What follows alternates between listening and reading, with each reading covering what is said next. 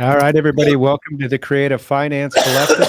Tuesday afternoon, so we're here to talk about all things creative finance. And Alan has a cough. Can everybody hear me? Okay. Scott, Sean, and we got Alan Setsker. So if you're just joining us, we're taking questions about creative finance.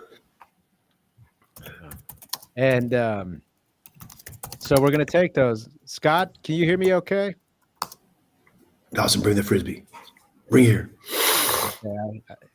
Hold on, Scott. I think you might be on mute or we're not hearing you. Bring the Frisbee. Alan, I think you think you're on mute and you're not. Let me see the Frisbee. Hey, Alan, can you hear us?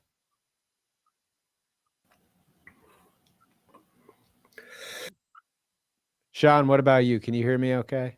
I can hear you, yes. Okay, great. For a second there, I was worried my sound wasn't coming through. All right, so we're live, and that's what live TV is, or YouTube, as they say, is all about.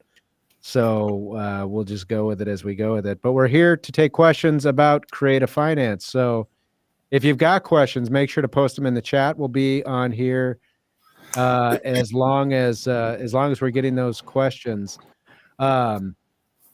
Alan, how's things going in Texas? Good. Pretty weather, a lot of fun.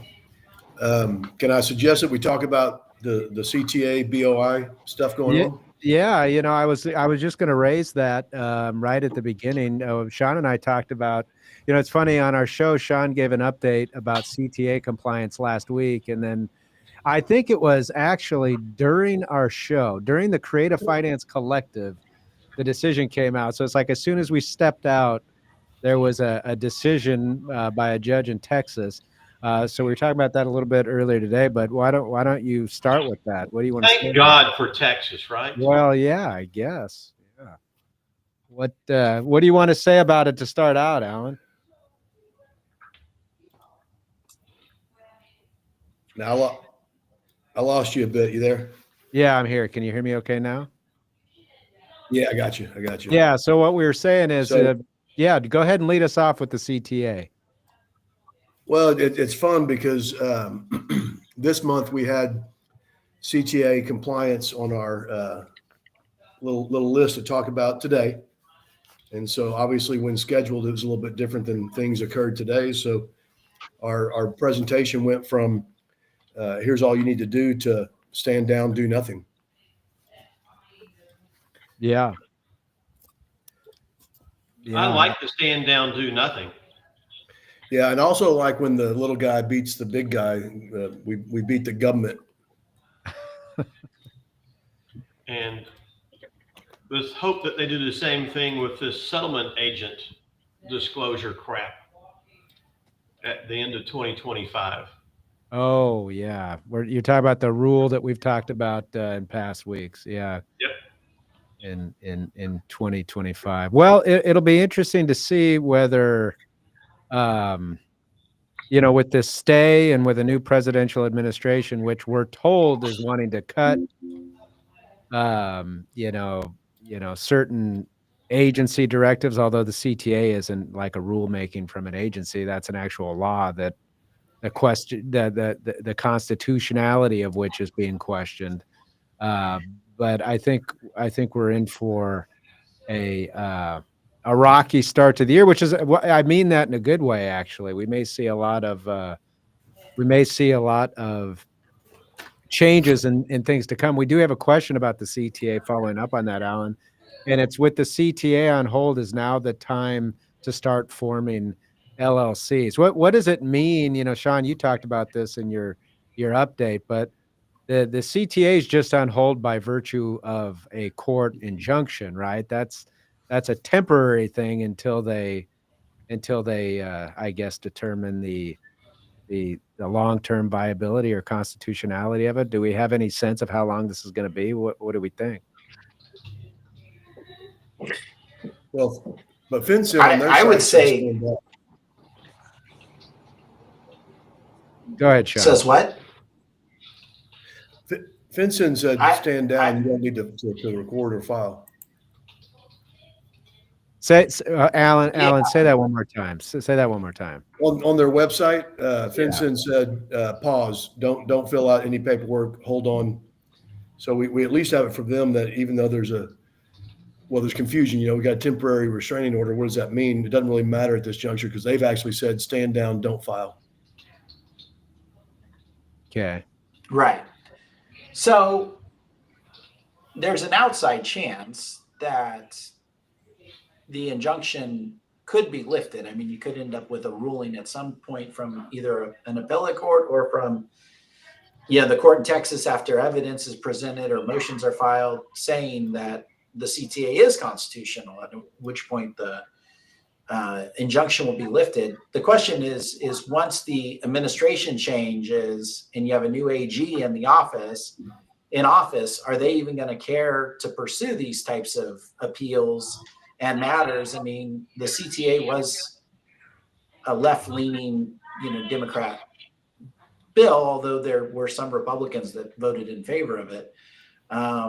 So it was somewhat bipartisan, but I would say in the grand scheme of things, this administration doesn't seem interested in that type of overreach or regulation that, affects or impacts small businesses.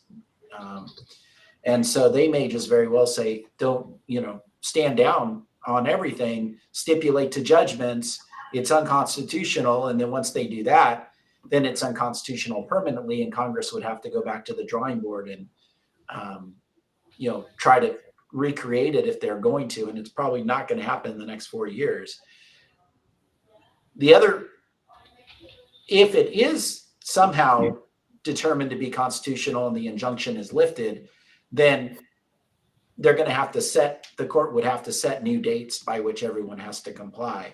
We'll see, what that looks like. But for now, like you said, Alan, Finson is saying, well, we don't want the paperwork at this point because we can't enforce it.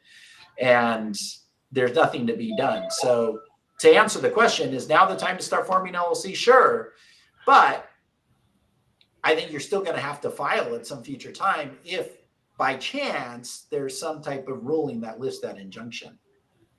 So let me ask you, though, for those who have read it in more detail, did the ruling from the Texas court find the entirety of the law unconstitutional or just parts?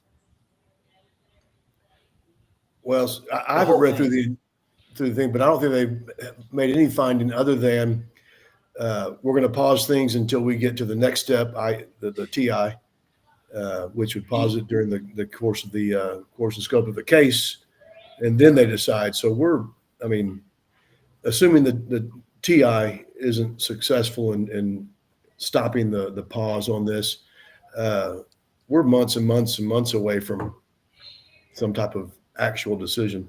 Well, so like on a injunction like that, the showing is the court has to determine whether it's like more probably not that they're going to win or not. But the challenge, and I think Sean was going, the challenge has been to the constitutionality of the law in its entirety, and the court's injunction was to that effect. Okay. Yeah. All right. And wasn't it passed during wasn't the act that has the CTA passed during Trump? I don't think it was signed into law during Trump. I think the legislative process started during Trump. It was 2021 when it was signed. Okay. Yeah. Now that being said, I don't remember if the Democrats had full control of the House and the Senate at that time. They may have, but I know that I think there was a surprising amount of bipartisanship that was involved, or at least there was enough folks on the Republican side to get the bill across the line.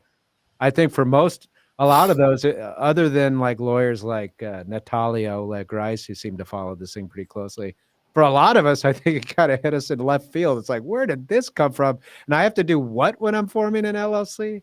It seemed like a really big reach. And I think it's essentially the exact same thing that you're providing when you're going and getting a bank account for your entity, though. So it's not any new information unless for somehow your entity doesn't have a bank account. Well, that's just it, and that's really where the overreach is. So, for example, I would do this, and I'm not a big time, like I don't do a lot of investing like you and Scott do, but I do a little bit, and so I always have an LLC out there that I have formed just in the event that I want to purchase an investment property. Then I throw it in, put that LLC on the contract, and then I go and get my EIN and bank account. But I may keep that LLC open for a year or longer without, getting an EIN, without doing a bank account. And then, maybe I'll go use it once I identify a property I want to buy with it. Or maybe I have a business idea and I want to reserve the name. And so I, even though I may or may not want to pursue that, so I go and form an LLC because it's cheap and easy in Arizona to form LLCs. Well, that was all good and well, but with the CTA, I can't do that anymore because then I have to go get an EIN in order to file the compliance with the CTA or with FinCEN. And that was, in my view, the rub. That's where the court's like, wait a minute, you go and you file, the minute you file something with a state and have something formed under state law, that triggers federal compliance issues and the Commerce Clause. And the court's like, no, that doesn't make any sense.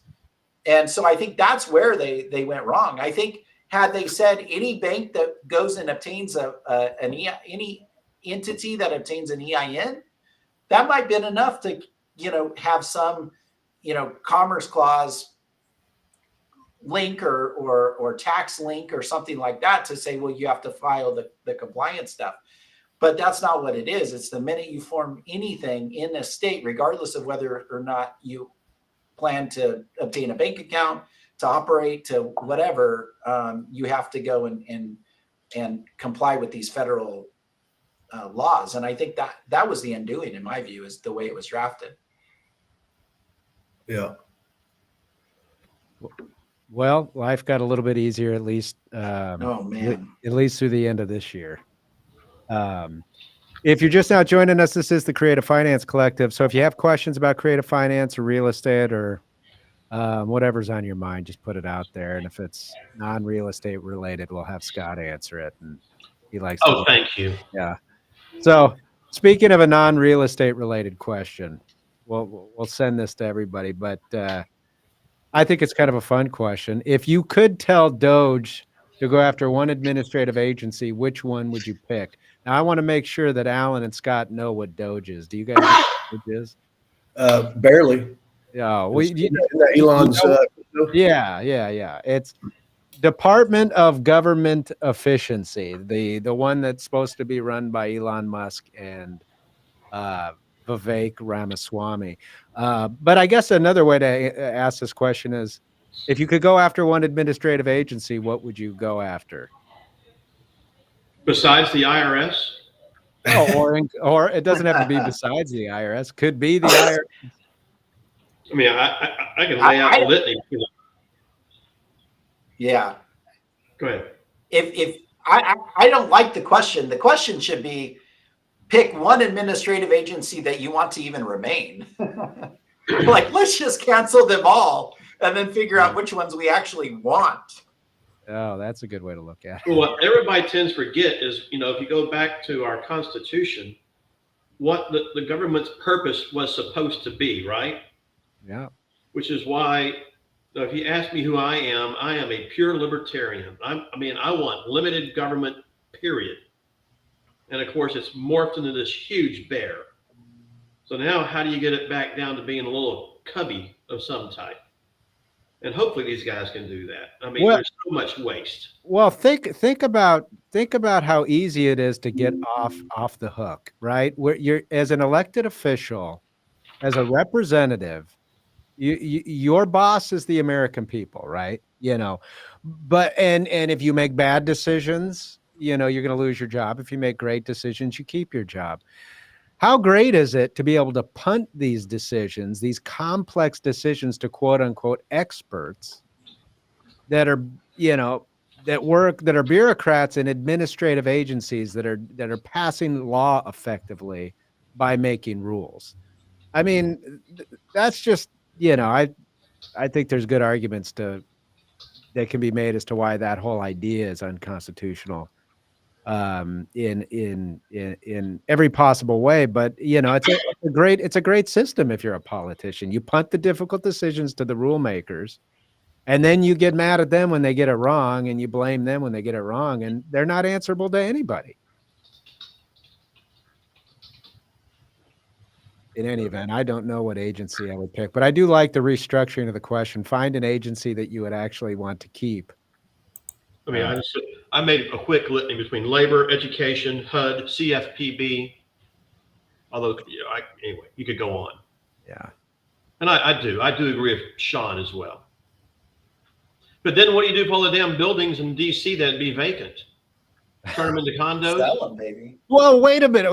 This is an amazing thing. You said, what would you do with the buildings now that they're all vacant? They just came out with a report the other day. The buildings are already vacant. Like, did you see the amount of federal workforce that is currently working in office? It's like almost none of them. It's almost none of them since COVID. I don't want to misrepresent the stat, but the percentage of federal workforce actually going into the office was unbelievable. In other words, these buildings aren't being used, I think, in a lot of cases. No, I agree. I mean, I heard that report and you go, you gotta be kidding me. Yeah. I think condos is good. Condos. Yeah, multifamily. Yeah, sell them off to the private sector. Go make money. Yeah, I like that's a good idea. All right, so if you're just now joining us, we're having fun at the government's expense, and that's always the most fun. But we are taking creative finance questions, so if you haven't posted, we do have a creative finance question. What's your 2025 forecast for creative finance? ? Bullish or bearish ? So I went to the Texas Land Title Institute 2-day seminar down in San Antonio, and their guru, Dr. Jones, came. Fantastic speaker, and he said we're cruising along the exact same way for all of 25. No saving in the interest rates. Commercial loans coming due. Commercial's going to be getting crushed. It wasn't very optimistic. His advice was stay lean and be creative. So that bodes well for the creative finance stuff. Again, I look at things and I go, January is going to be a big telltale of how things go, because it's been slow the last 90 days. And then we had a buyer back out of one of our homes recently because she was scared that they were going to be deported after being here for 28 years. And I think they put a fear of God in a lot of these, especially the Hispanics who buy a lot of these owner finance homes, thinking that they're all going to be deported. And now they're all scared to buy properties and get stuck and losing their money and whatnot. And what the actual answer is, I don't know yet. Most of the people that buy our homes have ITINs and socials and whatnot, it seems like, or that's what we see in the marketplace. I'm sure there's some who don't have it out there, but in your same thought process, Alan, what you laid out, it does bode well, doesn't change anything. And I'll just say this again, having been the guy that's been in this business for, 30 something years now. And this is really all we've ever done in hindsight. And owner financing has never changed. Terms, conditions change a little bit, pricing changes a little bit. But even when most people who play this game today weren't around back in 2000, 2002, when the subprime era started. Were any of you guys even out there doing any of this at that point in time? Starting. you were still button diapers, Alan. Yeah, I'm a pup. But even in the subprime era, when it was so much fraud going on everywhere, and the saying that if you could fog a mirror, you could get a loan, which seemed to be pretty much true. We were still selling homes with owner financing, both buying homes and selling homes that way. And whether you go through and when the recession hit, 08, 09, owner financing saved our butts. It was the only way you could sell a house. And you get a roller coaster wave, but it's just not nearly as big as the retail refi wave that you see out there in the marketplace.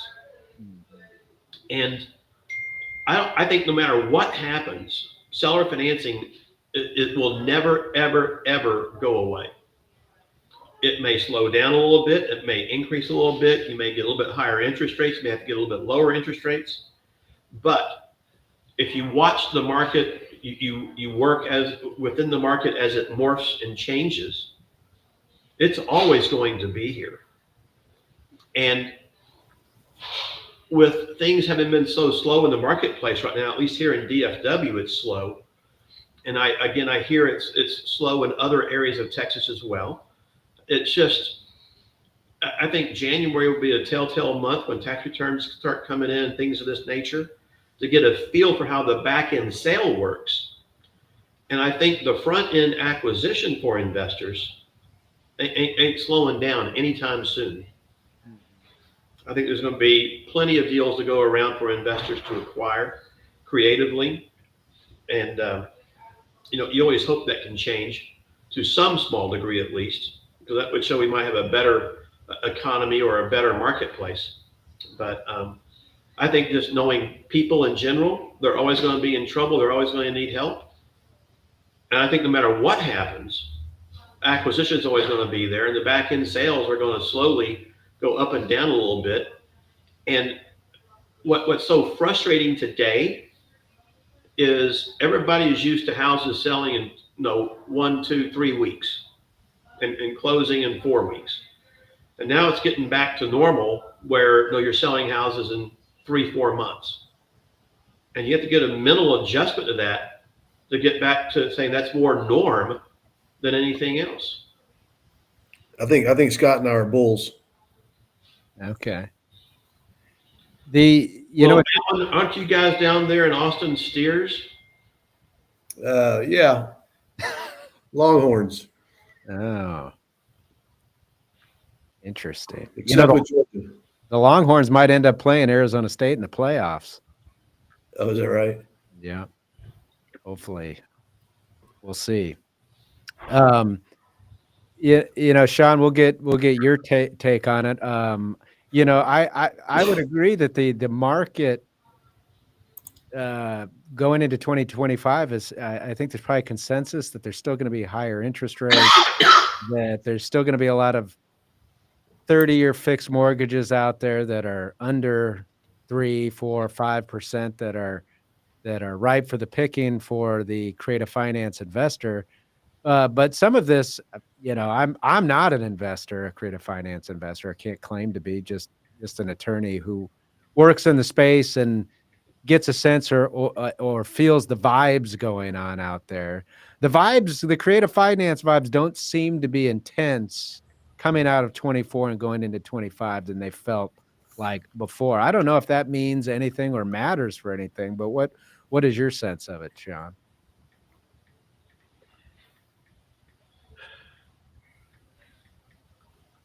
I'd agree with Alan and Scott. I don't think it's going away anytime soon. I'm not even sure it's going away if rates go down. But one of the things, that I see over the last year and a half, is there's not a lot of opportunities anymore to pick up the low interest rate loans and properties. It seems like what I'm seeing more of is the properties purchased late 2021, 2022, where the interest rates are, fairly high. And maybe it makes sense to still buy them subject to, depending on how the property is going to be used. But I just think that the sellers that were willing to let their low interest rate loans go and keep them in place, the market has been saturated, and they've pretty much, Those that were going to do it have done it. Yeah, they've been identified, they've done it. Maybe there might be a few, opportunities out there, but for me, it seems like most of the subject to stuff I've seen in the last year has been, more recent stuff with higher interest rates. I don't know if Alan and Scott agree with that, but. Well, so let me, I'm going to pirate off of Dr. Jones that was down there at that TLTI thing. His stat was 59.4% of all mortgages at end of Q3 were below 4%. And so to maybe dip into the next question that's on there, if we're going there, I think what we look for is these consumers who aren't contemplating a mortgage wrap transaction, figure out an exit strategy for them that's outside of the end user buyer exit strategy, and go and take up these below 4% mortgages on these sellers who are 90, 120, 180 days on market, giving them a solution that they don't know about, teaching the agent a solution that they don't know about, getting back over to what I call the consumer wraps, where these folks are educated and then come in, not the distressed sellers, but I do think on the other side of the coin, I think there's going to be more distressed sellers also at the same time. So need to look for those. With almost 60% of the mortgages having below 4%, that just means that we get to go out there and start trying to take those if we can educate those owners. Yeah, and to provide context to the listener, and we'll just go there. Our next question was, what real estate opportunities or strategies do you think will flourish in 2025? This is kind of a good question too for Scott, an investor, and Alan. What are some untapped opportunities, or are there investors you work with that are seeing this and it's like you're like, oh, I'm hearing more and more about this. I think this is going to be a popular strategy or opportunity in 2025. Guys, there's not a whole lot of different strategies in this business, in the single family business. And everybody has their own little, fiefdom they want to live in, whether it's wholesaling or retail, fix and flip, or whether it's, the creative finance world or landlord tenant even. But right now, leases versus property values are so upside down, you can't really lease properties and even come close to breaking even on your mortgage in most cases. With owner financing, you can by using a wraparound mortgage on the back end, but then you get into that age-old argument, do I want to sell my house or not sell it and lease it and hold on to the asset? Okay, well, make your mind up, do the math, and whatever works for you, do that, right? You look at things, and for the, again, I can only talk about the Texas marketplace. I'm not a national guy. I don't go out and go to all these other areas. But, right now in Texas, at least in Dallas, Fort Worth, I don't even want to think about Austin. Prices are just daggum high. And coupled with our property taxes, it makes that monthly payment really high. And it's still difficult to find fair deals in the marketplace that work. It is hard to do. And so I talked to a lot of wholesalers, and things are slowing down a little bit just because of that basis. But there's still things out there that are available in that market. But I don't think it's going to be as flourishing anywhere near what it was in the past several years. I think the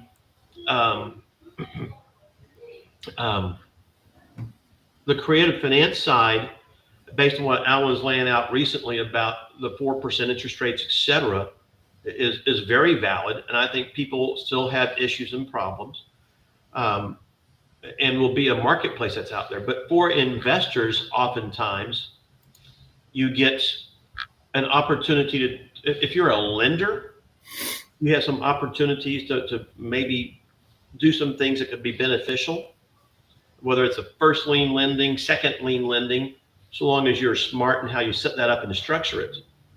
But no, in the traditional real estate investment world, you've got to either find the distressed properties that you can buy at the right price, renovate, and if you can get it at the right price to be able to hold it, the question is can you get cheap enough financing to make the deal work for you? And it's a give and take constantly in the marketplace as things are changing. If banking rates come down, it will make the buy and hold business better. So we have to watch the Fed, what's going to happen, and how will banks handle their rates. You know, are they going to be traditional prime one? Or are they going to bring that down to just prime? And what will prime be at that allows you to borrow money at a better rate that makes this business work better? Because going back up to 12, 13% interest rates like we used to do back in the 1990s, you just can't do that today with the high price of houses as well as property taxes. They can't afford the monthly payments. And so I think we've got to look at a few things in the marketplace and how they're going to change that will determine where things go. You know, there's going to be usual opportunities. I just think, at least for the Texas marketplace, they're a little bit more tough unless you get outside of your primary and even sometimes your secondary marketplaces and get into your tertiary or your smaller markets where I think there is opportunity abounding. But you just have to want to go out there and do that. Or do you go, I hate to even bring this up, look at the mobile home world to a certain degree, just because of the sheer low entry cost, ease of monthly payments for people. And can you find people who just want that type of housing for, you know, a very reasonable monthly payment that you could finance to them in some format? But I think my bottom line with all this is I think wholesaling and fix and flip, things of that nature, just because the sheer nature of the Texas marketplace is going to slow a little bit, I think our creative finance world is going to stay about the same where it is right now, which is fairly hot, and not change a whole lot in 2025. But there's really not, I think the leasing market has to slow down a little bit unless you already own the marketplace, just because it's so hard to make it make sense. Now, if somebody knows a fifth or a sixth mechanism for residential, let me know about that. I guess Airbnb works to some degree, so long as your major cities don't try to shut us down. Yeah. We're trying to do here in Dallas. Alan, are they doing that in Austin at all with Airbnb? Do you know? Not citywide, but man, they're it's all over the place. You know, HOAs especially doing their little tricks that they do where they can't stop the Airbnb, but what they do is sell a license for it, and then they dole those licenses out to the 10 people who don't want Airbnbs, and then prevent it. But yeah, it's a problem. You know, for those guys who are want to buy properties to Airbnb, and your property's in an HOA, you damn well better read the HOA rules and regulations before you buy it. You know, they have these provisions that you cannot lease the property, you know, unless you've owned it for 12 months or little things like this. They want you to be a homeowner, not a tenant scenario. And I've had several investors that we've tried to find mechanisms to get around all of that. And it's not the easiest thing in the world to do. Yeah. Yeah. HOAs in the Airbnb space or VRBO spaces is tough. Especially when you have a state that, you know, won't limit it. And the HOAs seem to be pretty happy to regulate one way or the other. They're going to do it. Well, hey guys, so we've gone through all of our questions. We don't have any more. You guys have been generous to be here. You guys doing any holiday office parties this season?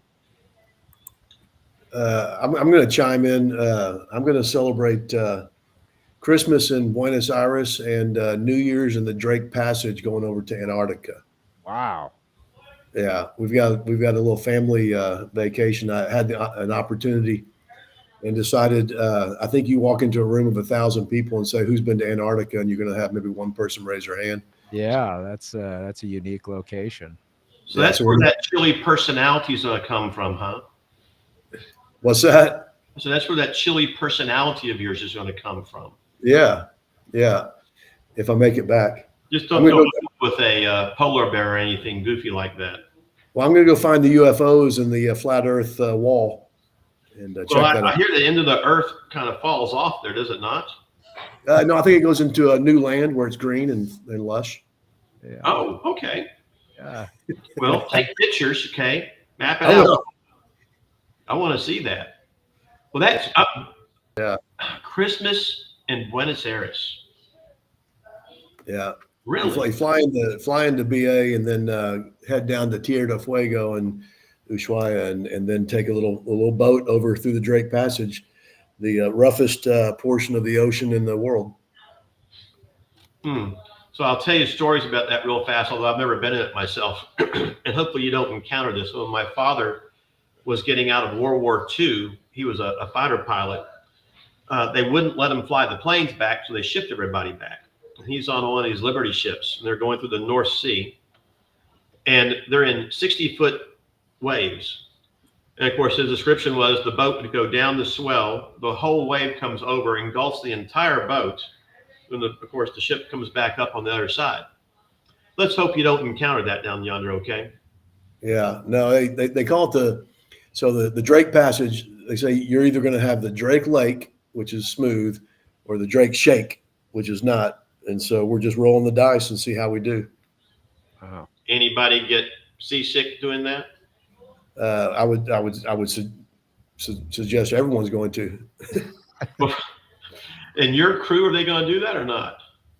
Yeah, I'm taking the whole kit and caboodle. Oh. I Well, don't have problems with that, but some people do.